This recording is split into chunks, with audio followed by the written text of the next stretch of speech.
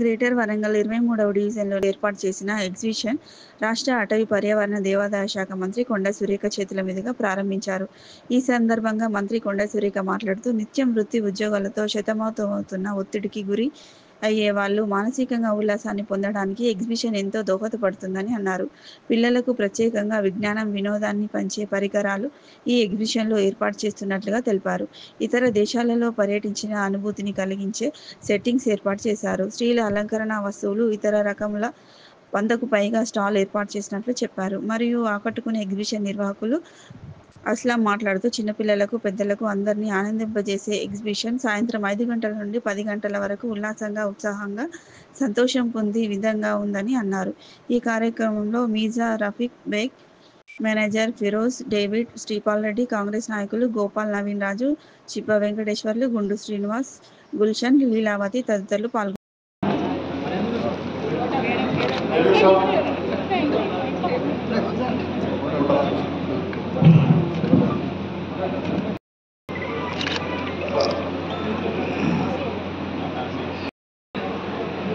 इधर असलम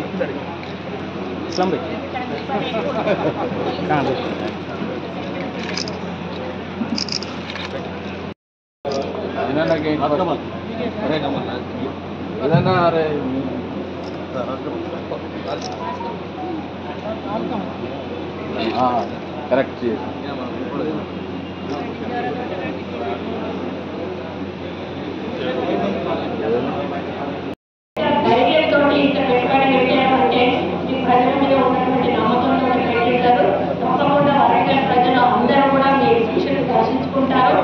మీకు మంచి ఇన్కమ్ కూడా జనరేట్ చేస్తారు.